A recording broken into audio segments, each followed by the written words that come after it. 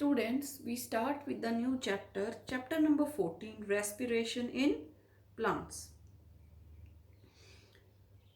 Now, if we talk about respiration, what is a respiration? ਕੀ ਹੈ respiration? ਕੀ ਹੁੰਦਾ ਹੈ? ਬੇਟੇ, it is a catabolic process. ਆਪਾਂ ਨੂੰ ਪਤਾ ਹੈ ਜਿਹੜੀਆਂ ਆਰਗੈਨਿਕ ਸਬਸਟੈਂਸਸ ਹੈ ਜਿਹੜੀਆਂ ਆਪਾਂ ਬਾਹਰੋਂ ਲੈਣੇ ਆ ਉਹਨਾਂ ਦੇ ਅੰਦਰ ਟੂ ਟਾਈਪਸ ਆਫ ਰਿਐਕਸ਼ਨਸ ਹੁੰਦੇ ਆ anabolic reactions and catabolic reactions anabolic reactions ਉਹ ਰਿਐਕਸ਼ਨਸ ਐਨਾਬੋਲਿਕ ਰਿਐਕਸ਼ਨਸ ਨੂੰ ਬੇਟੇ ਆਪਾਂ ਬਿਲਡਿੰਗ ਅਪ ਰਿਐਕਸ਼ਨਸ ਕਹਿ ਸਕਦੇ ਹਾਂ ਜਿਹਦੇ ਵਿੱਚ ਸਿੰਪਲ ਸਬਸਟੈਂਸਸ ਤੋਂ ਕੰਪਲੈਕਸ ਸਬਸਟੈਂਸਸ ਬਣਦੀਆਂ ਜਿਵੇਂ ਆਪਾਂ ਫੋਟੋਸਿੰਥੇਸਿਸ ਕੀਤਾ ਠੀਕ ਹੈ ਉਹਦੇ ਚ ਵਾਟਰ ਕਾਰਬਨ ਡਾਈਆਕਸਾਈਡ ਵਗੈਰਾ ਵਗੈਰਾ ਯੂਜ਼ ਕਰਕੇ ਇੱਕ ਕੰਪਲੈਕਸ ਜਿਹੜਾ ਸਬਸਟੈਂਸ ਬਣਿਆ that is the glucose C6H12O6 right ਤੇ ਇਹ ਜਿਹੜਾ ਪ੍ਰੋਸੈਸ ਹੈ ਐਨਾਬੋਲਿਕ ਰਿਐਕਸ਼ਨਸ ਹੁੰਦੇ ਇਹਨਾਂ ਲਈ ਬੇਟੇ એનર્ਜੀ ਦੀ ਰਿਕੁਆਇਰਮੈਂਟ ਹੁੰਦੀ ਹੈ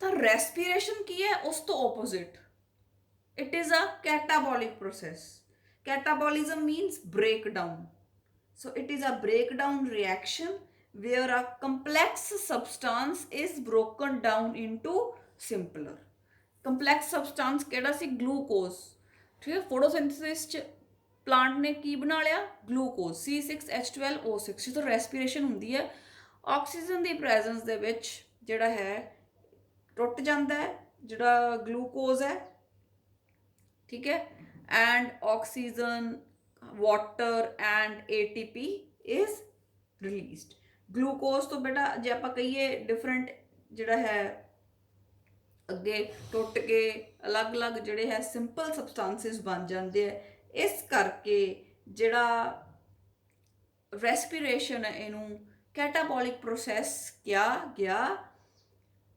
ਹੈ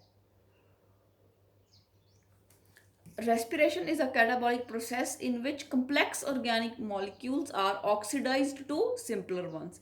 A complex molecule C6H12O6 ठीक है oxygen the presence ਆਪਾਂ ਲਿਖਿਆ oxidized means in the presence of oxygen it is broken down step by step into simpler ones. This is called as respiration. ठीक है ਜਿਹੜੀ respiration ਹੈ ਬੇਟੇ cells ਦੇ ਅੰਦਰ ਹੋ ਰਹੀ ਹੈ we call it as cellular respiration and cellular respiration is a multi-step ਇਹ ਨਹੀਂ ਵੀ ਇੱਕੋ ਵਾਰੀ ਚ ਗਲੂਕੋਜ਼ ਟੁੱਟ ਕੇ ਸਿੰਪਲ ਬਣ ਜੂਗੇ ਸਬਸਟੈਂਸਸ ਹੌਲੀ ਹੌਲੀ ਸਟੈਪ ਬਾਈ ਸਟੈਪ ਹੁੰਦਾ ਹੈ ਹੌਲੀ ਹੌਲੀ ਟੁੱਟਦੇ ਹੈ ਠੀਕ ਹੈ ਤੇ ਇਹਦੇ ਵਿੱਚ ਬੇਟੇ ਬਹੁਤ ਸਾਰੇ ਇੰਜ਼ਾਈਮਸ ਦੀ ਲੋੜ ਹੁੰਦੀ ਹੈ ਤੇ ਫਿਰ એનર્ਜੀ ਰਿਲੀਜ਼ ਹੁੰਦੀ ਹੈ ਜਿਹੜਾ ਰੈਸਪੀਰੇਸ਼ਨ ਦਾ ਪ੍ਰੋਸੈਸ ਹੈ ਇਹ ਸਾਈਟੋਪਲਾਜ਼ਮ ਦੇ ਵਿੱਚ ਤੇ ਮਾਈਟੋਕੌਂਡਰੀਆ ਦੇ ਵਿੱਚ ਹੈ ਜਿਹੜਾ ਇਹ ਹੁੰਦਾ ਹੈ ਤਾਂ ਬੇਟੇ ਰੈਸਪੀਰੇਸ਼ਨ ਕਿਉਂ ਜ਼ਰੂਰੀ ਹੈ because of the requirement of energy ਠੀਕ ਹੈ ਕੰਮ ਕਰਨਾ ਹੈ એનર્ਜੀ ਚਾਹੀਦੀ ਹੈ for the various activities of the cell ਨੇ ਆਰਗੇਨਿਜ਼ਮ ਨੇ ਬਹੁਤ ਸਾਰੀਆਂ ਐਕਟੀਵਿਟੀਜ਼ ਕਰਨੀਆਂ ਜਿਨ੍ਹਾਂ ਲਈ એનર્ਜੀ ਦੀ ਜ਼ਰੂਰਤ ਹੈ ਜਿਵੇਂ ਕਿ synthesis of ਬਾਇਓਕੈਮੀਕਲਸ cell the division ਹੋਣੀ ਹੈ ਗਰੋਥ ਹੋਣੀ ਹੈ ਡਿਵੈਲਪਮੈਂਟ ਹੋਣੀ ਹੈ ਮਸਲ ਕੰਟਰੈਕਸ਼ਨ ਚਲੋ ਐਨੀਮਲਸ 'ਚ ਹੋਣਾ ਹੈ ਆਸਮੋਸਿਸ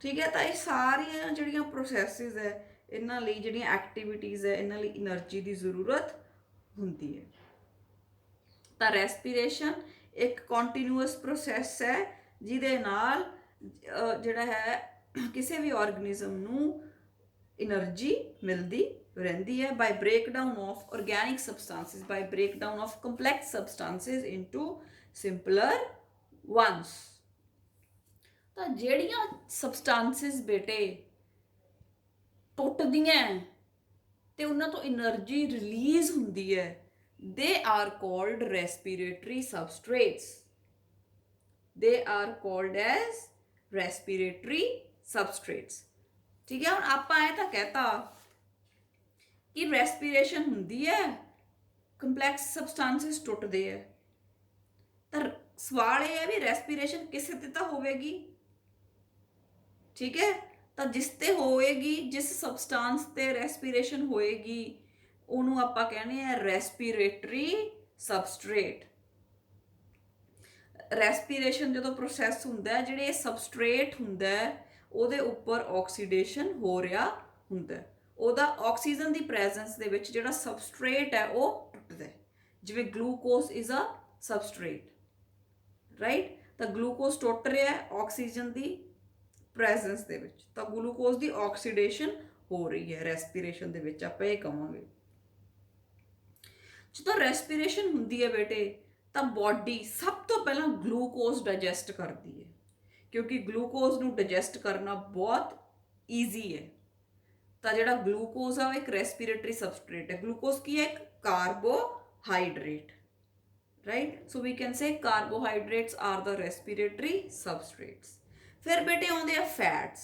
ਫੈਟ ਵੀ ਇੱਕ ਰੈਸਪੀਰੇਟਰੀ ਸਬਸਟ੍ਰੇਟ ਹੁੰਦਾ ਹੈ। ਫੈਟ ਦੇ ਵਿੱਚ ਬਹੁਤ ਸਾਰੀ એનર્ਜੀ, ਜਿਹੜੀ એનર્ਜੀ ਹੈ that is stored in the form of fat in our body, ਪਰ ਫੈਟ ਨੂੰ ਐਜ਼ ਇਟ ਇਜ਼ ਯੂਜ਼ ਨਹੀਂ ਕੀਤਾ ਜਾ ਸਕਦਾ। It has to be broken down into simpler forms. Glucose ਨੂੰ ਤਾਂ as it is a most simple sugar, ਜਿਹਦੇ ਤੋਂ ਆਪਾਂ ਨੂੰ ਤੁਰੰਤ એનર્ਜੀ ਮਿਲ ਜਾਂਦੀ ਹੈ। ਬਟ ਜਿਹੜੀ ਫੈਟ ਹੈ ਬੋਡੀ ਦੇ ਵਿੱਚ ਸਟੋਰ ਹੋਈ ਹੋਈ ਹੈ, ਉਹਨੂੰ ਐਜ਼ ਇਟ ਇਜ਼ ਯੂਜ਼ ਨਹੀਂ ਕੀਤਾ ਜਾ ਸਕਦਾ, it has to be broken. ਤਾਂ ਇਸ ਕਰਕੇ ਬੋਡੀ ਦੇ ਅੰਦਰ ਜਦੋਂ ਫੈਟ ਜਿਹੜੀ ਹੈ ਉਹਨੂੰ ਪਹਿਲਾਂ ਗਲਿਸਰੋਲ ਤੇ ਫੈਟੀ ਐਸਿਡ ਦੇ ਵਿੱਚ ਤੋੜਿਆ ਜਾਂਦਾ ਹੈ। ਸੋ ਟੂ ਕਾਮਨ ਰੈਸਪੀਰੇਟਰੀ ਸਬਸਟ੍ਰੇਟਸ ਕਿਹੜੇ ਹੋ ਗਏ? Carbohydrates and fats. Carbohydrates glucose ਹੈ ਨਾ, ਇਟਸ ਸ਼ੂਗਰ। ਤੇ ਫੈਟਸ ਬਾਰੇ ਮੈਂ ਤੁਹਾਨੂੰ ਦੱਸਤਾ। ਫੈਟਸ ਤੋਂ ਅੱਗੇ ਫਿਰ ਗਲਿਸਰੋਲ ਤੇ ਫੈਟੀ ਐਸਿਡਸ ਬਣ ਜਾਂਦੇ, ਜਿਨ੍ਹਾਂ ਨੂੰ ਅੱਗੇ ਬੋਡੀ ਯੂਜ਼ ਕਰ ਸਕਦੀ। ਫਿਰ ਬੇਟੇ ਪ੍ਰੋਟੀਨਸ ਵੀ ਇੱਕ ਰੈਸਪੀਰੇਟਰੀ ਸਬਸਟ੍ਰੇਟ ਹਨ, ਪਰ they are rarely used ਬਾय the body, ਠੀਕ ਹੈ। ਪ੍ਰੋਟੀਨਸ ਬੋਡੀ ਯੂਜ਼ ਨਹੀਂ ਕਰਦੀ ਹੈ ਸਬਸਟ੍ਰੇਟਸ। ਕਿਉਂ? ਪ੍ਰੋਟੀਨਸ ਆਪਾਂ ਨੂੰ ਪਤਾ ਹੈ ਹੱਡੀਆਂ ਮਜ਼ਬੂਤ ਕਰਨ ਲਈ ਯੂਜ਼, ਵੀ ਹੱਡੀਆਂ ਮਜ਼ਬੂਤ ਕਰਨ ਲਈ ਕਿਹਦੀ ਜ਼ਰੂਰਤ ਹੈ? Proteins the. They are the building blocks of life. ਤੇ ਜੇ ਪ੍ਰੋਟੀਨਸ ਟੁੱਟਣੇ ਸ਼ੁਰੂ ਹੋ ਗਏ ਬੋਡੀ ਦੇ ਅੰਦਰ, ਤਾਂ ਫਿਰ ਬੋਡੀ ਵੀਕ ਹੋ ਜਾਵੇਗੀ। ਇਸ ਕਰਕੇ ਬੋਡੀ ਹੈ ਜਿਹੜੀ ਉਹ ਪ੍ਰੋਟੀਨਸ ਦਾ ਯੂਜ਼ ਨਹੀਂ ਕਰਦੀ ਐਜ਼ ਅ ਰੈਸਪੀਰੇਟਰੀ ਸਬਸਟ੍ਰੇਟ। ਤਾਂ ਜਿਵੇਂ ਬੇਟੇ ਵੀ ਕਈ ਲੋਕ ਆਪਾਂ ਕਹਿੰਦੇ ਭੁੱਖ ਹੜਤਾਲ ਤੇ ਬੈਠੇ ਐ, ਠੀਕ ਹੈ, ਕਿਵੇਂ ਪਤਾ ਲੱਗੂਗਾ ਵੀ ਉਹ ਸੱਚੀ ਕੁਛ ਨਹੀਂ ਖਾ ਰਹੇ? ਕਈ ਵਾਰ ਅਗਲਾ ਉਹੀ ਕਹਿੰਦਾ ਹੋਵੇ ਵੀ ਮੈਂ ਨਹੀਂ ਖਾ ਰਿਹਾ, ਪਰ ਚੋਰੀ ਖਾ ਰਿਹਾ ਹੋਵੇ। ਤਾਂ ਉਹਦੇ ਲਈ ਬੇਟੇ ਫਿਰ ਕੀ ਕਰਦੇ ਆ ਨਾ, ਯੂਰਿਨ ਟੈਸਟ ਕਰਦੇ ਆ। ਯੂਰਿਨ ਦੇ ਵਿੱਚ ਨਾ ਕੀਟੋਨ ਬੋਡੀਜ਼ ਆ ਜਾਂਦੀਆਂ। ਮੰਨ ਲਓ ਬੰਦਾ ਭੁੱਖ ਹੜਤਾਲ ਤੇ ਬੈਠਾ ਕਾਫੀ ਸਮੇਂ ਤੋਂ, ਉਹਦੇ ਅੰਦਰ ਜਿੰਨਾ ਗਲੂਕੋਜ਼ ਸੀ ਉਹਦੀ ਬੋਡੀ ਨੇ ਵਰਤ ਲਿਆ, ਉਹਦੇ ਅੰਦਰ ਜਿੰਨੀ ਫੈਟ ਸੀ ਉਹਦੀ ਬੋਡੀ ਨੇ ਵਰਤ ਲਈ। ਉਸ ਤੋਂ ਬਾਅਦ ਬੋਡੀ ਜਿਉਣ ਲਈ ਕਿਹਨੂੰ ਤੋੜੂਗੀ? ਪ੍ਰੋਟੀਨਸ ਨੂੰ। ਅਗਰ ਬੋਡੀ ਪ੍ਰੋਟੀਨਸ ਨੂੰ ਤੋੜ ਰਹੀ ਹੈ ਤਾਂ ਇਹਦਾ ਮਤਲਬ ਯੂਰਿਨ ਦੇ ਵਿੱਚ ਕੀ ਆਊਗਾ? ਕੀਟੋਨ ਬੋਡੀ। ਜਦੋਂ ਬੋਡੀ ਦੇ ਵਿੱਚ ਪ੍ਰੋਟੀਨਸ ਟੁੱਟਦੇ ਆ ਨਾ, ਤਾਂ ਕੀਟੋਨ ਬੋਡੀ ਬਣਦੀ ਹੈ, ਜਿਹੜੀ ਯੂਰਿਨ ਦੇ ਵਿੱਚ ਰਿਲੀਜ਼ ਹੁੰਦੀ ਹੈ। ਤਾਂ ਉੱਥੋਂ ਪਤਾ ਲਗਾਉਂਦੇ ਆ ਕਿ ਵਾਕਿਆ ਹੀ ਇਹ ਬੰਦਾ ਜਿਹੜਾ ਹੈ ਉਹ ਭੁੱਖ ਹੜਤਾਲ ਤੇ ਬੈਠਾ ਹੈ, ਕਿਉਂਕਿ ਪ੍ਰੋਟੀਨਸ ਨੂੰ ਬੋਡੀ ਸਭ ਤੋਂ ਐਂਡ ਤੇ ਤੋੜਨਾ ਸ਼ੁਰੂ ਕਰੂਗੀ। ਜਦੋਂ ਪ੍ਰੋਟੀਨਸ ਟੁੱਟਣਗੇ ਤਾਂ ਕੀਟੋਨ ਬੋਡੀਜ਼ ਰਿਲੀਜ਼ ਹੁੰਦੀ ਹੈ। ਸੋ these are the respiratory substrates. Carbohydrates, fats, common respiratory substrates ਹੈ। Proteins are rarely used as substrates because they are the building blocks of life.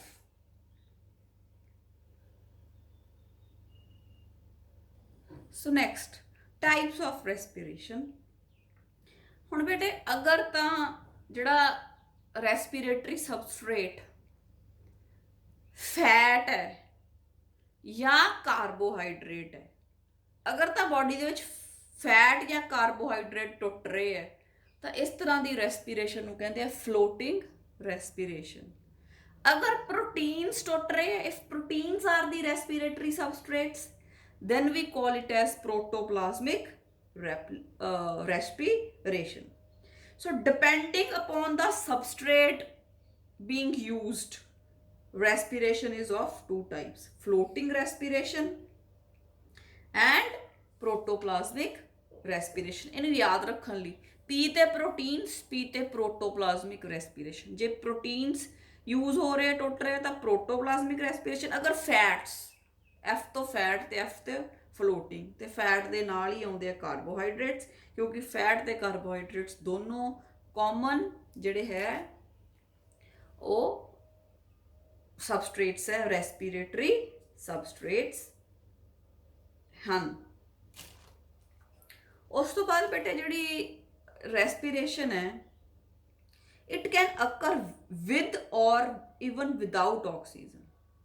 ਠੀਕ ਹੈ, ਰੈਸਪੀਰੇਸ਼ਨ ਆਕਸੀਜਨ ਦੀ ਪ੍ਰੈਜ਼ੈਂਸ ਵੀ ਹੋ ਸਕਦੀ ਹੈ, ਆਕਸੀਜਨ ਦੀ ਐਬਸੈਂਸ ਵੀ ਹੋ ਸਕਦੀ ਹੈ। ਜਿਵੇਂ ਆਪਾਂ ਬਹੁਤ ਸਾਰੇ ਬੈਕਟੀਰੀਆ ਕੀਤੇ ਹੈ ਨਾ ਕਿ ਉਹ ਬਿਨਾਂ ਆਕਸੀਜਨ ਤੋਂ ਵੀ ਸਰਵਾਈਵ ਕਰ ਸਕਦੇ ਆ। So on this basis we have two types of respiration on the basis of availability of oxygen: aerobic respiration and anaerobic respiration। aerobic respiration ਚ ਬੇਟੇ ਜਿਹੜਾ ਹੈ ਇਹਦਾ ਮਤਲਬ ਹੈ ਕਿ ਜਦੋਂ ਜਿਹੜੀ ਰੈਸਪੀਰੇਸ਼ਨ ਹੈ, ਠੀਕ ਹੈ, ਉਹਦੇ ਵਿੱਚ ਜਿਹੜਾ ਫੂਡ ਹੈ ਉਹ ਆਕਸੀਜਨ ਦੀ ਪ੍ਰੈਜ਼ੈਂਸ ਦੇ ਵਿੱਚ ਟੁੱਟਦਾ ਹੈ। Breakdown of organic ਸਬਸਟੈਂਸਿਸ in the presence of oxygen, ਤੇ ਇਹਦੇ ਵਿੱਚ ਬੇਟੇ ਕਾਰਬਨ ਡਾਈਆਕਸਾਈਡ ਤੇ ਵਾਟਰ ਜਿਹੜੇ ਹੈ ਉਹ ਰਿਲੀਜ਼ ਹੁੰਦੇ ਆ। ਤੇ ਜਿਹੜੇ ਐਨੀਮਲਸ, ਜਿਹੜੇ ਆਰਗੈਨਿਜ਼ਮਸ ਐਰੋਬਿਕ ਰੈਸਪੀਰੇਸ਼ਨ ਕਰਦੇ ਆ ਉਹਨਾਂ ਨੂੰ ਕਹਿੰਦੇ ਆ ਬੇਟੇ ਐਰੋਬਸ, AEROBES, ਐਰੋਬਸ। ਤੇ ਦੂਸਰੀ ਜਿਹੜੀ ਰੈਸਪੀਰੇਸ਼ਨ ਹੈ ਉਹ ਹੈਗੀ ਹੈ ਵਿਦਾਊਟ ਆਕਸੀਜਨ, ਮਤਲਬ ਜਿਹੜੇ ਆਰਗੈਨਿਜ਼ਮਸ ਆਕਸੀਜਨ ਤੋਂ ਬਿਨਾਂ ਵੀ ਜਿਹੜੇ ਹੈ ਫੂਡ ਨੂੰ ਬ੍ਰੇਕ ਡਾਊਨ ਕਰ ਸਕਦੇ। ਠੀਕ ਹੈ, ਤੇ ਐਨਾਰੋਬਿਕ ਰੈਸਪੀਰੇਸ਼ਨ ਦੇ ਵਿੱਚ ਜਿਹੜਾ ਵਾਟਰ ਹੈ ਉਹ ਨਹੀਂ ਬਣਦਾ। ਤੇ ਇਹ ਆਪਾਂ ਨੂੰ ਪਤਾ ਹੈ ਕੁਝ ਬੈਕਟੀਰੀਆ ਤੇ ਫੰਜਾਈ ਦੇ ਵਿੱਚ ਜਿਹੜੀ ਐਨਾਰੋਬਿਕ ਰੈਸਪੀਰੇਸ਼ਨ ਹੁੰਦੀ ਹੈ, ਜ਼ਿਆਦਾ ਜਿਹੜੇ ਆਰਗੈਨਿਜ਼ਮ ਹੈ ਉਹਨਾਂ ਦੇ ਵਿੱਚ ਐਰੋਬਿਕ ਰੈਸਪੀਰੇਸ਼ਨ ਹੁੰਦੀ ਹੈ। ਜਿਹੜੇ ਆਰਗੈਨਿਜ਼ਮਸ ਦੇ ਵਿੱਚ ਐਰੋਬਿਕ ਰੈਸਪੀਰੇਸ਼ਨ ਹੁੰਦੀ ਹੈ ਉਹਨਾਂ ਨੂੰ ਐਰੋਬਸ ਕਹਿੰਦੇ ਆ, ਜਿਨ੍ਹਾਂ ਦੇ ਵਿੱਚ ਐਨਾਰੋਬਿਕ ਹੁੰਦੀ ਹੈ ਉਹਨਾਂ ਨੂੰ ਐਨਾਰੋਬਸ ਕਹਿੰਦੇ ਆ। ਠੀਕ ਹੈ, ਤੇ ਕੁਝ ਆਰਗੈਨਿਜ਼ਮਸ ਬੇਟੇ ਇਦਾਂ ਦੇ ਵੀ ਹੁੰਦੇ ਆ ਜਿਹੜੇ ਦੋਨੋਂ ਤਰੀਕੇ ਦੇ ਹੋ ਸਕਦੇ ਆ। ਠੀਕ ਹੈ, ਮਤਲਬ ਅਗਰ ਆਕਸੀਜਨ ਮਿਲ ਗਈ ਫਿਰ ਵੀ ਠੀਕ ਹੈ, ਅਗਰ ਨਹੀਂ ਮਿਲੀ ਫਿਰ ਵੀ ਠੀਕ ਹੈ।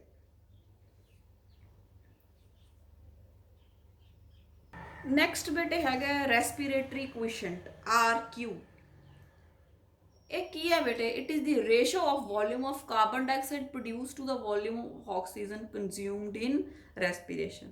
ਮਤਲਬ ਜਦੋਂ ਰੈਸਪੀਰੇਸ਼ਨ ਦਾ ਪ੍ਰੋਸੈਸ ਹੁੰਦਾ ਹੈ, ਕਿੰਨੀ ਆਕਸੀਜਨ ਦੀ ਵੋਲਿਊਮ ਕੰਜ਼ਿਊਮ ਹੋਈ ਹੈ, ਠੀਕ ਹੈ, ਤੇ ਕਿੰਨੀ ਵੋਲਿਊਮ ਕਾਰਬਨ ਡਾਈਆਕਸਾਈਡ ਦੀ ਪ੍ਰੋਡਿਊਸ ਹੋਈ ਹੈ ਪਰ unit time is called respiratory quotient. Volume of carbon dioxide produced by using the volume of oxygen consumed. किन्नी ऑक्सीजन यूज हुई ते किन्नी कार्बन डाइऑक्साइड प्रोड्यूस हुई per unit time is called respiratory question. ते जिहड़ी values of respiratory question they are very important, you have to remember these. अगर carbohydrates टुटते हैं तो रेस्पिरेटरी क्वेश्चन की है 1, फैट्स टुटते हैं 0.7, प्रोटीन्स टुटते हैं 0.9। So this is the respiratory question of carbohydrate, fat and protein. ਆਪਾਂ ਬੇਟੇ ਲਾਸਟ ਚੈਪਟਰ ਕੀਤਾ ਫੋਟੋਸਿੰਥੇਸਿਸ, ਜਿਹਦੇ ਵਿੱਚ ਆਪਾਂ ਦੇਖਿਆ ਕਿ ਪਲਾਂਟ ਦਾ ਜਿਹੜਾ ਫੋਟੋਸਿੰਥੈਟਿਕ ਸੈੱਲ ਹੈ, ਠੀਕ ਹੈ, ਇਟ ਕੰਟੇਨਸ ਕਲੋਰੋਪਲਾਸਟ। ਕਲੋਰੋਪਲਾਸਟ ਬੇਟੇ ਫੋਟੋਨਸ ਆਉਂਦੇ ਆ ਲਾਈਟ એનર્ਜੀ ਯੂਜ਼ ਕਰਕੇ, ਜਿਹੜਾ ਕਲੋਰੋਪਲਾਸਟ ਹੈ ਉਹ ਗਲੂਕੋਜ਼ ਬਣਾ ਦਿੰਦਾ ਤੇ ਆਕਸੀਜਨ ਬਣਾ ਦਿੰਦਾ। ਠੀਕ ਹੈ, ਪਲਾਂਟ ਦੇ ਅੰਦਰ ਕਲੋਰੋਪਲਾਸਟ ਹੈ ਜਿਹੜਾ ਸਨ ਦੀ એનર્ਜੀ ਯੂਜ਼ ਕਰਕੇ ਆਕਸੀਜਨ ਤੇ ਗਲੂਕੋਜ਼ ਬਣਾ ਦਿੰਦਾ, ਰਾਈਟ। ਫਿਰ ਬੇਟੇ ਜਿਹੜਾ ਪਲਾਂਟ ਸੈੱਲ ਹੈ ਉਹਦੇ 'ਚ ਤਾਂ ਇੱਦਾਂ ਹੁੰਦਾ ਹੈ। ਤੇ ਜੇ ਆਪਾਂ ਦੇਖੀਏ ਵੀ ਸੈਲੂਲਰ ਰੈਸਪੀਰੇਸ਼ਨ, ਫਿਰ ਬੇਟੇ ਆਪਾਂ ਨੂੰ ਪਤਾ ਹਰ ਸੈੱਲ ਦੇ ਵਿੱਚ ਜਿਹੜਾ ਹੈ ਮਾਈਟੋਕੌਂਡਰੀਆ ਵੀ ਪਿਆ ਹੁੰਦਾ। ਤੇ ਮਾਈਟੋਕੌਂਡਰੀਆ ਦੇ ਵਿੱਚ ਕੀ ਹੁੰਦਾ ਬੇਟੇ? ਮਾਈਟੋਕੌਂਡਰੀਆ ਦੇ ਵਿੱਚ ਜਿਹੜਾ ਗਲੂਕੋਜ਼ ਹੈ ਤੇ ਜਿਹੜਾ ਆਕਸੀਜਨ ਹੈ ਉਹ ਯੂਜ਼ ਹੋ ਜਾਂਦਾ।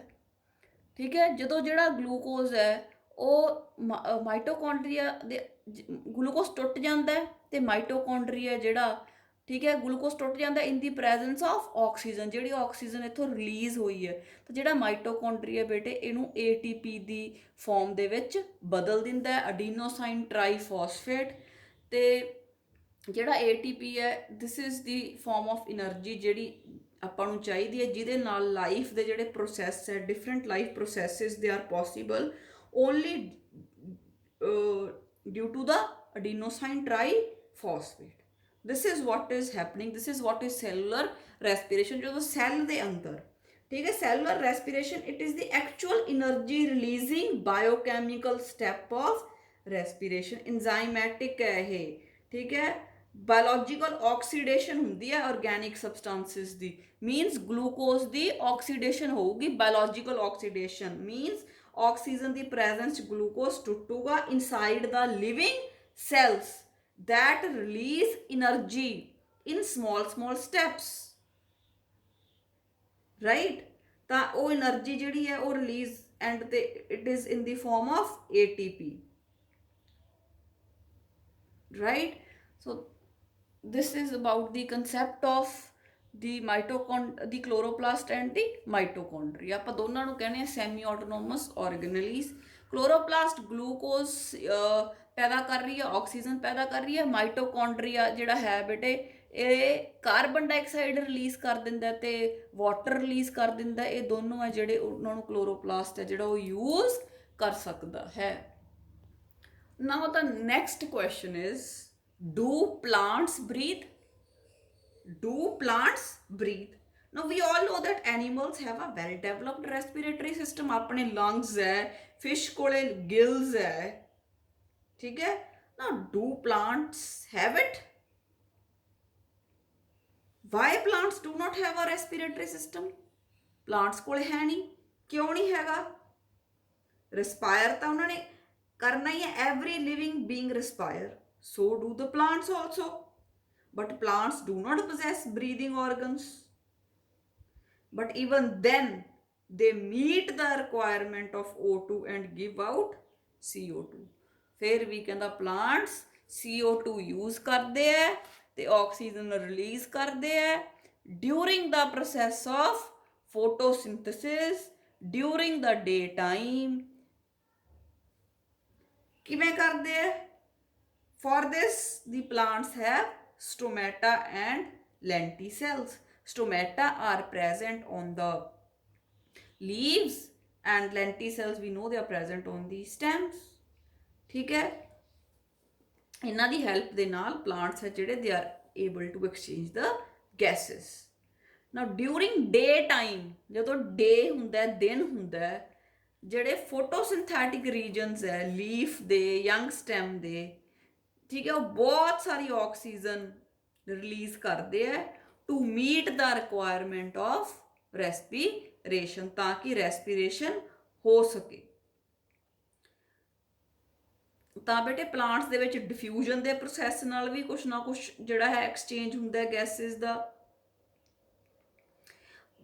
ਜੇ ਆਪਾਂ ਦੇਖੀਏ ਕਿ ਜਿਹੜਾ ਬਰੀਦਿੰਗ ਹੈ ਦੋ ਪ੍ਰੋਸੈਸ ਹੁੰਦੇ, ਇੱਕ ਬਰੀਦਿੰਗ ਇੱਕ ਰੈਸਪੀਰੇਸ਼ਨ। ਪਹਿਲਾਂ ਤੁਹਾਨੂੰ ਬਰੀਦਿੰਗ ਕਰਾਇਆ ਛੋਟੀਆਂ ਕਲਾਸਿਸ ਦੇ ਵਿੱਚ।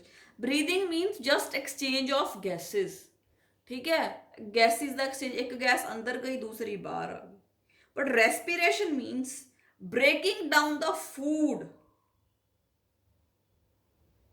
ਰਾਈਟ। ਤਾਂ ਪਲਾਂਟਸ ਦੇ ਜਿਹੜੇ ਅੰਦਰ ਹੈ ਬੇਟੇ, ਪਲਾਂਟਸ ਦੀ ਜਿਹੜੀ ਰਿਕੁਆਇਰਮੈਂਟ ਹੈ ਆਕਸੀਜਨ ਦੀ, ਉਹ ਐਨੀਮਲਸ ਨਾਲੋਂ ਘੱਟ ਹੈ, ठीक है। क्यों घट है? क्योंकि ਜਿਹੜੇ ਪਲਾਂਟਸ ਹੈ ਉਹਨਾਂ ਦੇ ਵਿੱਚ ਜਿਹੜਾ ਹਰ ਸੈੱਲ ਹੈ it is in contact with the air, ਠੀਕ ਹੈ। ਉਹਦੇ ਵਿੱਚ ਡਿਫਿਊਜ਼ਨ ਵੀ ਹੋ ਸਕਦੀ ਹੈ। ਜਿਹੜੇ ਹੈਗੇ ਆ ਇੰਟਰਸੈਲੂਲਰ ਸਪੇਸਿਸ ਹੁੰਦੇ ਆ ਪਲਾਂਟਸ ਦੇ ਵਿੱਚ ਵਿਚ help in the better exchange of gases. So that is why ਜਿਹੜੇ ਪਲਾਂਟਸ ਹੈ ਉਹਨਾਂ ਦੀ ਆਕਸੀਜਨ ਦੀ नीड घट है as compare to animals, but they need it for the breakdown of food. तो वो जी चाहिए है उन्होंने oxygen they produce during the day time during the process of photosynthesis. Photosynthesis होनी है with the help of chloroplast and sun the light the presence ही जिहड़ा है आपां कीता है, जिहड़ा लाइट रिएक्शन है वो होना। पर जिहड़ी सैलूलर रेस्पिरेशन है रात नूं भी हो सकती है, राइट। ਬਿਕੋਜ਼ ਉਹਦੇ ਲਈ ਤਾਂ ਆਪਾਂ ਨੂੰ ਸਨਲਾਈਟ ਦੀ ਕੋਈ ਲੋੜ ਨਹੀਂ। ਮਾਈਟੋਕੌਂਡਰੀਆ ਨੇ ਗਲੂਕੋਜ਼ ਹੈ ਜਿਹੜਾ ਪਲਾਂਟ ਨੇ ਆਲਰੇਡੀ ਬਣਾ ਲਿਆ, ਆਕਸੀਜਨ ਦੀ ਪ੍ਰੈਜ਼ੈਂਸ ਦੇ ਵਿੱਚ ਉਹਨੂੰ ਤੋੜ ਦੇਣਾ। ਸੋ ਸੈਲੂਲਰ ਰੈਸਪੀਰੇਸ਼ਨ ਹੈ ਜਿਹੜੀ ਉਹ ਨਾਈਟ ਟਾਈਮ ਵੀ ਹੋ ਸਕਦੀ ਹੈ। Now students, what we have to do in this chapter, let me compare photosynthesis and respiration for you। ਇੱਕ ਸਿੰਪਲ ਜਿਹਾ ਜਿਹੜਾ ਆਪਾਂ ਹੈ ਦੇਖਦੇ ਹਾਂ ਵੀ ਕੀ ਡਿਫਰੈਂਸ ਸੀ। ਫੋਟੋਸਿੰਥਸਿਸ ਬੇਟੇ ਲਾਈਟ ਡਿਪੈਂਡੈਂਟ ਰਿਐਕਸ਼ਨਸ ਹੋਏ, ਫਿਰ ਉਹਦੇ ਵਿੱਚ ਜਿਹੜਾ ਹੈ ਸਾਈਕਲਿਕ ਨॉन ਸਾਈਕਲਿਕ ਫੋਟੋਫਾਸਫੋਰਿਲੇਸ਼ਨ ਜਿਹਨੂੰ ਆਪਾਂ ਕਹਿੰਦੇ ਆ ਉਹ ਲਾਈਟ ਡਿਪੈਂਡੈਂਟ ਹੋਏ। ਉਸ ਤੋਂ ਬਾਅਦ ਬੇਟੇ ਹੋਇਆ ਕੈਲਵਿਨ ਸਾਈਕਲ, ਰਾਈਟ। ਤੇ ਜਿਹੜਾ ਹੈ ਜਦੋਂ ਲਾਈਟ ਡਿਪੈਂਡੈਂਟ ਰਿਐਕਸ਼ਨ ਹੋਏ ਫੋਟੋਸਿੰਥਸਿਸ ਦੇ ਤਾਂ ਆਕਸੀਜਨ ਰਿਲੀਜ਼ ਹੋਈ, ਠੀਕ ਹੈ, ਪਲੱਸ ਗਲੂਕੋਜ਼ ਬਣ ਗਿਆ। ਹੁਣ ਬੇਟੇ ਕੀ ਹੋਣਾ ਹੈ, ਜਿਹੜਾ ਉਹ ਗਲੂਕੋਜ਼ ਬਣਿਆ ਉਹਨੂੰ ਤੋੜਨਾ ਪੈਣਾ। ਆਪਾਂ ਕਿਹਾ step by step energy release ਹੁੰਦੀ ਹੈ ਐਂਜ਼ਾਈਮਸ ਦੀ ਵਰਤੋਂ ਕਰਕੇ। ਤਾਂ ਜਿਹੜਾ ਗਲੂਕੋਜ਼ ਬਣਿਆ ਸੀ during ਫੋਟੋਸਿੰਥਸਿਸ after the Calvin cycle, that glucose is broken down in the respiration। respiration ਹੈ ਜਿਹੜੀ ਉਹਦੇ ਵਿੱਚ ਉਹ ਸਾਈਟੋਪਲਾਜ਼ਮ ਦੇ ਵਿੱਚ ਤੇ ਮਾਈਟੋਕੌਂਡਰੀਆ ਦੇ ਵਿੱਚ ਹੁੰਦੀ ਹੈ। ਸਭ ਤੋਂ ਪਹਿਲਾਂ ਜਿਹੜਾ ਗਲੂਕੋਜ਼ ਹੈ ਉਹ ਬੇਟੇ ਸਾਈਟੋਪਲਾਜ਼ਮ ਦੇ ਵਿੱਚ ਟੁੱਟ ਜਾਂਦਾ ਹੈ into simpler farms, that is ਪਾਇਰੂਵੇਟ। ਇਸ ਪ੍ਰੋਸੈਸ ਨੂੰ ਕਹਿੰਦੇ ਆ ਗਲਾਈਕੋਲਾਈਸਿਸ। Glyco means glucose, lysis means splitting, means breakdown। Glucose ਦਾ ਟੁੱਟ ਜਾਣਾ into simple form, that is the pyruvate, is called as glycolysis। ਫਿਰ ਜਿਹੜਾ pyruvate ਹੁੰਦਾ ਬੇਟੇ ਉਹ ਅੱਗੇ ਕ੍ਰੈਬ ਸਾਈਕਲ ਦੇ ਵਿੱਚ ਜਾਂਦਾ ਹੈ ਤੇ ਉਸ ਤੋਂ ਬਾਅਦ ਇਲੈਕਟ੍ਰੋਨ ਟਰਾਂਸਪੋਰਟ ਚੇਨ, ਤਿੰਨ ਮੇਨ ਸਟੈਪਸ ਹੁੰਦੇ ਆ ਰੈਸਪੀਰੇਸ਼ਨ ਦੇ। ਫਿਰ ਹੈ ਜਿਹੜੀ ATP ਹੈ ਉਹ ਰਿਲੀਜ਼ ਹੁੰਦੀ ਹੈ। ਗਲਾਈਕੋਲਿਸਿਸ, ਕ੍ਰੈਬ ਸਾਈਕਲ ਤੇ ਇਲੈਕਟ੍ਰੋਨ ਟਰਾਂਸਪੋਰਟ ਚੇਨ। ਫੋਟੋਸਿੰਥਸਿਸ ਕੀ ਸੀ? ਲਾਈਟ ਡਿਪੈਂਡੈਂਟ ਰਿਐਕਸ਼ਨਸ ਤੇ ਡਾਰਕ ਰਿਐਕਸ਼ਨਸ, ਠੀਕ ਹੈ। Light dependent reaction cyclic photophosphorylation, non cyclic photophosphorylation. Dark reaction ਚ ਕੈਲਵਿਨ ਸਾਈਕਲ ਹੋ ਗਿਆ, ਐਂਡ ਤੇ ਗਲੂਕੋਜ਼ ਬਣ ਗਿਆ। ਜਿਹੜਾ ਇਹ ਗਲੂਕੋਜ਼ ਬਣਿਆ ਹੁਣ ਪੌਦੇ ਨੇ ਇਹਨੂੰ ਤੋੜਨਾ ਇਨ ਦੀ ਪ੍ਰੈਜ਼ੈਂਸ ਆਫ ਆਕਸੀਜਨ ਤਾਂ ਕਿ ਜਿਹੜਾ ਹੈ એનર્ਜੀ ਰਿਲੀਜ਼ ਹੋ ਸਕੇ ਇਨ ਦੀ ਫਾਰਮ ਆਫ ATP। ਤਾਂ ਰੈਸਪੀਰੇਸ਼ਨ ਦੇ ਵਿੱਚ ਤਿੰਨ ਪ੍ਰੋਸੈਸ ਹੁੰਦੇ ਆ, ਗਲਾਈਕੋਲਿਸਿਸ, ਕ੍ਰੈਬਸ ਸਾਈਕਲ ਤੇ ਇਲੈਕਟ੍ਰੋਨ ਟਰਾਂਸਪੋਰਟ ਚੇਨ, ਜਿਨ੍ਹਾਂ ਦੇ ਥਰੂ ਹੈ ਜਿਹੜੀ એનર્ਜੀ ਹੈ ਜਿਹੜੀ ਉਹ ATP ਹੈ ਉਹ ਰਿਲੀਜ਼ ਹੋਣੀ ਹੈ ਬਾਈ ਬ੍ਰੇਕਡਾਊਨ ਆਫ ਗਲੂਕੋਜ਼। ਹੁਣ ਨੈਕਸਟ ਬੇਟੇ ਮੈਂ ਦੋ ਤਰ੍ਹਾਂ ਦੀ ਰੈਸਪੀਰੇਸ਼ਨ ਦੱਸੀ, aerobic and ਐਨਾਰੋਬਿਕ। Aerobic means in the presence of oxygen. ਮੰਨ ਲਓ ਜੇ ਆਕਸੀਜਨ ਹੈਗੀ ਹੈ, ਠੀਕ ਹੈ, ਤਾਂ ਸਭ ਤੋਂ ਪਹਿਲਾਂ ਜਿਹੜਾ ਗਲੂਕੋਜ਼ ਫੋਟੋਸਿੰਥਸਿਸ ਦੇ ਵਿੱਚ ਬਣਿਆ ਹੈ ਬੇਟੇ ਉਹਨੇ ਟੁੱਟਣਾ ਹੈ। ਉਸ ਪ੍ਰੋਸੈਸ ਨੂੰ ਕੀ ਕਹਿੰਦੇ ਆ? ਗਲਾਈਕੋਲਾਈਸਿਸ। ਗਲਾਈਕੋਲਾਈਸਿਸ ਮੀਨਸ ਬ੍ਰੇਕਡਾਊਨ ਆਫ ਗਲੂਕੋਜ਼। ਤੇ ਜਿਹੜੀ ਇਹ ਬੇਟੇ ਬ੍ਰੇਕਡਾਊਨ ਹੋਣੀ ਹੈ ਇਹ ਸਾਈਟੋਪਲਾਜ਼ਮ ਦੇ ਵਿੱਚ ਹੁੰਦੀ ਹੈ। ਚਾਹੇ ਆਕਸੀਜਨ ਹੋਵੇ ਚਾਹੇ ਆਕਸੀਜਨ ਨਾ ਹੋਵੇ, ਜਿਹੜਾ ਗਲਾਈਕੋਲਾਈਸਿਸ ਹੈ ਇਹ ਹੋ ਜਾਂਦਾ ਹੈ, ਠੀਕ ਹੈ। ਇਸੇ ਕਰਕੇ ਮੈਂ ਇੱਥੇ ਵੀ ਗਲਾਈਕੋਲਾਈਸਿਸ ਲਿਖਿਆ, ਇੱਥੇ ਵੀ ਗਲਾਈਕੋਲਾਈਸਿਸ ਲਿਖਿਆ। ਚਾਹੇ ਆਕਸੀਜਨ ਹੋਵੇ ਫਿਰ ਵੀ ਗਲੂਕੋਜ਼ ਟੁੱਟ ਜਾਂਦਾ ਹੈ ਇਨਟੂ ਪਾਇਰੂਵਿਕ ਐਸਿਡ। ਅਗਰ ਆਕਸੀਜਨ ਨਹੀਂ ਵੀ ਹੈਗੀ ਫਿਰ ਵੀ ਜਿਹੜਾ ਗਲੂਕੋਜ਼ ਹੈ ਟੁੱਟ ਜਾਂਦਾ ਇਨਟੂ ਪਾਇਰੂਵਿਕ ਐਸਿਡ। ਪਰ ਉਸ ਤੋਂ ਬਾਅਦ ਸਟੈਪਸ ਡਿਫਰੈਂਟ ਹੈ। ਸਪੋਜ਼ ਆਕਸੀਜਨ ਅਵੇਲੇਬਲ ਹੈ, ਫਿਰ ਬੇਟੇ ਜਦੋਂ ਜਿਹੜਾ ਗਲੂਕੋਜ਼ ਹੈ ਪਾਇਰੂਵਿਕ ਐਸਿਡ ਦੇ ਵਿੱਚ ਟੁੱਟ ਜਾਂਦਾ ਹੈ ਬਾਈ ਦੀ ਪ੍ਰੋਸੈਸ ਕਾਲਡ ਗਲਾਈਕੋਲਾਈਸਿਸ। ਉਸ ਤੋਂ ਬਾਅਦ ਬੇਟੇ ਉਹਦੇ ਅੰਦਰ ਕ੍ਰੈਬ ਸਾਈਕਲ ਹੁੰਦਾ ਹੈ ਤੇ ਇਲੈਕਟ੍ਰੋਨ ਟਰਾਂਸਪੋਰਟ ਸਿਸਟਮ ਹੁੰਦਾ ਹੈ। ਅਗਰ ਆਕਸੀਜਨ ਨਹੀਂ ਹੈਗੀ ਗਲੂਕੋਜ਼ ਫਿਰ ਵੀ ਟੁੱਟੂਗਾ ਪਾਇਰੂਵਿਕ ਐਸਿਡ ਦੇ ਵਿੱਚ। ਗਲਾਈਕੋਲਿਸਿਸ ਜਿਹੜਾ ਪ੍ਰੋਸੈਸ ਹੈ it is common in both aerobic as well as anaerobic. ਪਰ ਜਦੋਂ ਇੱਕ ਵਾਰੀ ਪਾਇਰੂਵਿਕ ਐਸਿਡ ਬਣ ਗਿਆ ਤੇ ਆਕਸੀਜਨ ਹੈ ਨਹੀਂ, ਫਿਰ ਬੇਟੇ ਉਹਦੀ ਅਲਕੋਹਲਿਕ ਫਰਮੈਂਟੇਸ਼ਨ ਹੋ ਜਾਂਦੀ ਹੈ ਜਾਂ ਲੈਕਟਿਕ ਐਸਿਡ ਫਰਮੈਂਟੇਸ਼ਨ ਹੋ ਜਾਂਦੀ ਹੈ। ਅਗਰ ਆਕਸੀਜਨ ਹੈਗੀ ਹੈ ਫਿਰ ਪ੍ਰੋਸੈਸ ਡਿਫਰੈਂਟ ਹੈ। ਗਲਾਈਕੋਲਿਸਿਸ ਦੋਨਾਂ ਲਈ ਕਾਮਨ ਹੈ, ਵੈਰੀ ਇੰਪੋਰਟੈਂਟ, ਮੈਂ ਬਾਰ-ਬਾਰ ਦੱਸ ਰਹੀ ਹਾਂ। ਜਿਹੜਾ ਗਲਾਈਕੋਲਾਈਸਿਸ ਹੈ ਆਕਸੀਜਨ ਦੀ ਪ੍ਰੈਜ਼ੈਂਸ 'ਚ ਵੀ ਹੋ ਸਕਦਾ, ਆਕਸੀਜਨ ਦੀ ਐਬਸੈਂਸ 'ਚ ਵੀ। So it is common to both aerobic and anaerobic, right? अगर एरोबिक है, ऑक्सीजन हैगी है, ਤਾਂ ਗਲੂਕੋਜ਼ ਤੋਂ ਪਾਇਰੂਵਿਕ ਐਸਿਡ ਬਣ ਜਾਊਗਾ, ਉਸ ਤੋਂ ਬਾਅਦ ਉਹ ਕ੍ਰੈਬ ਸਾਈਕਲ 'ਚ ਚਲਾ ਜਾਊਗਾ, ਉਸ ਤੋਂ ਬਾਅਦ ਇਲੈਕਟ੍ਰੋਨ ਟਰਾਂਸਪੋਰਟ ਸਿਸਟਮ 'ਚ ਤੇ એનર્ਜੀ ਰਿਲੀਜ਼ ਹੋ ਜੂਗੀ। ਅਗਰ ਆਕਸੀਜਨ ਨਹੀਂ ਹੈਗੀ, ਫਿਰ ਜਿਹੜਾ ਉਹ ਪਾਇਰੂਵਿਕ ਐਸਿਡ ਬਣਿਆ ਉਹਦੀ ਅਲਕੋਹਲਿਕ ਫਰਮੈਂਟੇਸ਼ਨ ਹੋ ਜੂਗੀ ਜਾਂ ਲੈਕਟਿਕ ਐਸਿਡ ਫਰਮੈਂਟੇਸ਼ਨ ਹੋ ਜੂਗੀ। ਫਿਰ ਬੇਟੇ ਆਪਾਂ ਡਿਟੇਲ ਦੇ ਵਿੱਚ ਪੜ੍ਹਨਾ about glycolysis, about Krebs cycle, about electron transport system, ਠੀਕ ਹੈ। ਇਹਨਾਂ ਚੀਜ਼ਾਂ ਬਾਰੇ ਆਪਾਂ ਇਸ ਚੈਪਟਰ ਦੇ ਵਿੱਚ ਡਿਟੇਲ 'ਚ ਪੜ੍ਹਨਾ। ਇਹ ਜਿਹੜਾ ਹੈ, ਇਹ ਤਿੰਨੋਂ ਜਿਹੜੇ ਪ੍ਰੋਸੈਸ ਹੈ, ਮੇਨ ਪ੍ਰੋਸੈਸ ਹੈ, ਜਿਨ੍ਹਾਂ ਬਾਰੇ ਮੈਂ ਤੁਹਾਨੂੰ ਦੱਸਣਾ। ਹੁਣ ਜਿਹੜਾ ਸੈਲੂਲਰ ਰੈਸਪੀਰੇਸ਼ਨ ਆ, ਜਿਹੜਾ ਆਕਸੀਜਨ ਦੀ ਪ੍ਰੈਜ਼ੈਂਸ 'ਚ ਹੈ, ਤਾਂ ਮੈਂ ਦੱਸਿਆ ਸਭ ਤੋਂ ਪਹਿਲਾਂ ਗਲੂਕੋਜ਼ ਨੂੰ ਤੋੜਨਾ ਹੁੰਦਾ ਹੈ, ਉਸ ਪ੍ਰੋਸੈਸ ਨੂੰ ਕਹਿੰਦੇ ਆ ਗਲਾਈਕੋਲਾਈਸਿਸ। ਤੇ ਜਿਹੜਾ ਗਲੂਕੋਜ਼ ਹੈ, ਇਹ ਜਿਹੜਾ ਗਲਾਈਕੋਲਾਈਸਿਸ ਹੈ, ਇਹ ਸਾਈਟੋਪਲਾਜ਼ਮ ਦੇ ਅੰਦਰ ਹੁੰਦਾ ਹੈ।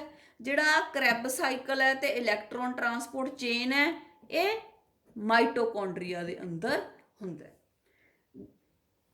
ਗਲੂਕੋਜ਼ ਹੈ ਜਿਹੜਾ 6 ਕਾਰਬਨ ਦਾ ਬਣਿਆ ਹੁੰਦਾ ਹੈ, ਤਾਂ ਗਲੂਕੋਜ਼ ਨੂੰ ਤੋੜ ਦੇਣਾ ਹੈ ਇਨਟੂ ਪਾਇਰੂਵਿਕ ਐਸਿਡ, ਠੀਕ ਹੈ। ਜਿਹੜਾ ਪਾਇਰੂਵਿਕ ਐਸਿਡ ਹੁੰਦਾ ਉਹ 3 ਕਾਰਬਨ ਦਾ ਬਣਿਆ ਹੁੰਦਾ। ਗਲੂਕੋਜ਼ 6 ਕਾਰਬਨ ਦਾ ਹੈ, ਤਾਂ 2 ਪਾਇਰੂਵਿਕ ਐਸਿਡਸ ਬਣ ਜਾਂਦੇ ਆ, 2 ਮੋਲੀਕਿਊਲਸ ਆਫ ਪਾਇਰੂਵਿਕ ਐਸਿਡ ਬਣ ਜਾਂਦੇ ਆ। 3 ਕਾਰਬਨ ਦਾ ਇੱਕ ਜਿਹੜਾ ਹੈ, 3 + 3 = 6, ਰਾਈਟ। ਸਾਈਟੋਪਲਾਜ਼ਮ ਦੇ ਵਿੱਚ ਹੋਇਆ। ਜਦੋਂ ਇਹ ਗਲੂਕੋਜ਼ ਟੁੱਟਦਾ into pyruvic acid, into 2 molecules of pyruvic acid, ਤਾਂ ਬੇਟੇ એનર્ਜੀ ਰਿਲੀਜ਼ ਹੁੰਦੀ ਹੈ in the form of NADH2। NADH2 it is a form of energy, ਠੀਕ ਹੈ। ਪਰ ਜਿਹੜਾ NADH2 ਰਿਲੀਜ਼ ਹੋ ਗਿਆ, ਇਹ એનર્ਜੀ ਤਾਂ ਹੈ, ਪਰ ਇਹਨੂੰ ਬੋਡੀ ਡਾਇਰੈਕਟਲੀ ਯੂਜ਼ ਨਹੀਂ ਕਰ ਸਕਦੀ। ਹੁਣ ਮੰਨੋ ਤੁਸੀਂ ਬਾਹਰ ਜਾਂਦੇ ਹੋ, ਅਮਰੀਕਾ ਗਏ ਤੁਸੀਂ, ਠੀਕ ਹੈ। ਉੱਥੇ ਜਾ ਕੇ ਤੁਹਾਡੇ ਕੋਲ ਇੰਡੀਅਨ ਕਰੰਸੀ ਹੈ, ਤੁਹਾਡੇ ਕੋਲ ਰੁਪੀਜ਼ ਹੈ, ਠੀਕ ਹੈ। ਕੀ ਤੁਸੀਂ ਉੱਥੇ ਵਰਤ ਲਓਗੇ? ਨੋ। ਹੈ ਤਾਂ ਰੁਪਈਏ ਤਾਂ ਹੈਗੇ ਹੀ ਹੈ, ਐ ਤਾਂ ਹੈ ਨਹੀਂ ਵੀ ਉਹ ਫਾਲਤੂ ਹੈ, ਪਰ ਉਹ ਉੱਥੇ ਨਹੀਂ ਵਰਤ ਸਕਦੇ। ਸਿਮਿਲਰਲੀ ਜਿਹੜਾ NADH2 ਹੈ, ਇਹਨੂੰ ਤੁਸੀਂ ਮੰਨ ਲਓ ਕਿ ਇਹ ਡਾਲਰ ਹੈ, ਤੇ ਇੰਡੀਆ ਦੇ ਵਿੱਚ ਆਪਾਂ ਡਾਲਰ ਨਹੀਂ ਵਰਤ ਸਕਦੇ, ਠੀਕ ਹੈ। ਤਾਂ ਇਹ ਡਾਲਰਾਂ ਨੂੰ ਰੁਪਈਆਂ ਦੇ ਵਿੱਚ ਕਨਵਰਟ ਕਰਨਾ ਪਊਗਾ। NADH2 ਡਾਲਰ ਹੈ ਤੇ ATP ਰੁਪਈਏ ਹੈ, ਤਾਂ NADH2 ਨੂੰ ਕਨਵਰਟ ਕਰਨਾ ਪਊਗਾ ਇਨਟੂ ATP। ਡਾਲਰਸ ਮੰਨ ਲਓ ਕੋਈ ਇੰਡੀਆ 'ਚ ਆਉਂਦਾ ਹੈ, ਤਾਂ ਉਹਨੂੰ ਡਾਲਰਸ ਕਨਵਰਟ ਕਰਨੇ ਪੈਣਗੇ ਇਨਟੂ ਰੁਪੀਸ। ਤਾਂ NADH2 ਕੀ ਹੈ? ਡਾਲਰ। ATP ਕੀ ਹੈ? ਰੁਪੀਸ, ਠੀਕ ਹੈ। ਤਾਂ ਕਨਵਰਟ ਕਰਨ ਲਈ ਕਿਸੇ ਮਨੀ ਐਕਸਚੇਂਜਰ ਕੋਲੇ ਜਾਣਾ ਪਊਗਾ, ਤੇ ਉਹ ਕੌਣ ਹੈ ਇੱਥੇ? ਮਾਈਟੋਕੌਂਡਰੀਆ। ਮਾਈਟੋਕੌਂਡਰੀਆ ਜਿਹੜਾ ਉਹ ਆਪਣੇ ਲਈ, ਮਾਈਟੋਕੌਂਡਰੀਆ ਤੇ ਇਲੈਕਟ੍ਰੋਨ ਟਰਾਂਸਪੋਰਟ ਜਿਹੜੇ ਸਿਸਟਮ ਹੈ, ਇਹ ਆਪਣੇ ਲਈ ਜਿਹੜੀ NADH2 ਹੈ ਉਹਨੂੰ ATP ਦੇ ਵਿੱਚ ਬਦਲ ਕੇ ਦੇਣਗੇ। ਜਦੋਂ ਬੇਟੇ ਪਾਇਰੂਵਿਕ ਐਸਿਡ ਬਣ ਜਾਂਦਾ ਹੈ, ਉਸ ਤੋਂ ਬਾਅਦ ਪਹਿਲਾਂ ਇਹ ਸਾਈਟੋਪਲਾਜ਼ਮ ਦੇ ਵਿੱਚ ਸੀ, ਇਹ ਬੇਟੇ ਮਾਈਟੋਕੌਂਡਰੀਆ ਦੀ ਮੈਟ੍ਰਿਕਸ ਦੇ ਵਿੱਚ ਪਹੁੰਚ ਜਾਂਦਾ, ਮਾਈਟੋਕੌਂਡਰੀਆ ਦੇ ਅੰਦਰ ਪਹੁੰਚ ਜਾਂਦਾ ਜਿਹੜਾ ਪਾਇਰੂਵਿਕ ਐਸਿਡ ਹੁੰਦਾ। ਇਹਦੇ ਕੋਲੇ 3 ਕਾਰਬਨ ਹੁੰਦੇ ਆ। ਉੱਥੇ ਬੇਟੇ ਇਹ ਟੁੱਟ ਜਾਂਦਾ ਇਨਟੂ ਐਸੀਟਾਈਲ ਕੋਐਨਜ਼ਾਈਮ A। ਇਹ ਜਿਹੜਾ ਐਸੀਟਾਈਲ CoA ਹੈ ਬੇਟੇ, ਇਹ 2 ਮੋਲੀਕਿਊਲਸ ਦਾ ਬਣਿਆ। ਪਾਇਰੂਵਿਕ ਐਸਿਡ 3 ਮੋਲੀਕਿਊਲਸ ਦਾ, 3 ਕਾਰਬਨਸ ਦਾ ਬਣਿਆ, ਸੌਰੀ। ਐਸੀਟਾਈਲ ਕੋਐਨਜ਼ਾਈਮ 2 ਦਾ ਬਣਿਆ। ਉਸ ਤੋਂ ਬਾਅਦ ਬੇਟੇ ਜਿਹੜਾ ਐਸੀਟਾਈਲ ਕੋਐਨਜ਼ਾਈਮ ਹੈ, ਇਹ ਕ੍ਰੈਬ ਸਾਈਕਲ ਨਾਲ ਜੁਆਇਨ ਕਰ ਲੈਂਦਾ ਹੈ। ਜਦੋਂ ਕ੍ਰੈਬ ਸਾਈਕਲ ਨਾਲ ਜੁਆਇਨ ਕਰਦਾ, એનર્ਜੀ ਪੈਦਾ ਹੁੰਦੀ ਹੈ in the form of NADH2 FADH2। ਫਿਰ ਆਪਾਂ ਨੂੰ ਪਤਾ ਹੈ ਵੀ ਡਾਲਰ ਪੌਂਡ, NADH2 ਡਾਲਰ ਹੈ, FADH2 ਪੌਂਡ ਹੈ। ਆਪਣੇ ਇਹਨਾਂ ਦਾ ਇਹ ਵਰਤੇ ਨਹੀਂ ਜਾ ਸਕਦੇ, ਤਾਂ ਇਹਨਾਂ ਨੂੰ ਬੇਟੇ ATP 'ਚ ਬਦਲਣਾ ਪਊਗਾ। ਤਾਂ ATP ਦੇ ਵਿੱਚ ਬਦਲਣ ਲਈ ਕੌਣ ਹੈਲਪ ਕਰਦਾ ਹੈ? Electron transport system. ਤਾਂ ਆਹ ਚੀਜ਼ਾਂ ਜਿਹੜੀਆਂ ਮੈਂ ਤੁਹਾਨੂੰ ਇਸ ਚੈਪਟਰ ਦੇ ਵਿੱਚ ਪੜ੍ਹਾਉਣੀਆਂ, ਇਹ ਕਿਵੇਂ ਹੋਈਆਂ, ਇਹ ਕਿਵੇਂ ਹੋਇਆ ਸਾਰਾ, ਕਿਵੇਂ NADH2 ਪੈਦਾ ਹੋਇਆ, ਕਿਵੇਂ FADH2 ਪੈਦਾ ਹੋਇਆ, ਤੇ ਕਿਵੇਂ ਉਹਨੂੰ ATP ਦੇ ਵਿੱਚ ਬਦਲਾਂਗੇ। ਤਾਂ ਇੱਥੇ ਮੈਂ ਤੁਹਾਨੂੰ ਥੋੜਾ ਓਵਰਵਿਊ ਦੇਤਾ, ਆਊਟਲਾਈਨ ਦੇਤੀ, ਕਿਵੇਂ ਰੈਸਪੀਰੇਸ਼ਨ ਦੇ ਪ੍ਰੋਸੈਸ ਹੈ ਜਿਹੜਾ ਉਹ ਆਪਾਂ ਕਰਨਾ। ਤਾਂ ਅਗਲੀ ਕਲਾਸ ਦੇ ਵਿੱਚ I will explain you about the glycolysis, ਤੇ ਉਸ ਤੋਂ ਬਾਅਦ ਫਿਰ ਜਿਹੜੇ ਹੈ Krebs cycle, electron transport system ਵਗੈਰਾ ਆਪਾਂ ਕਰਾਂਗੇ।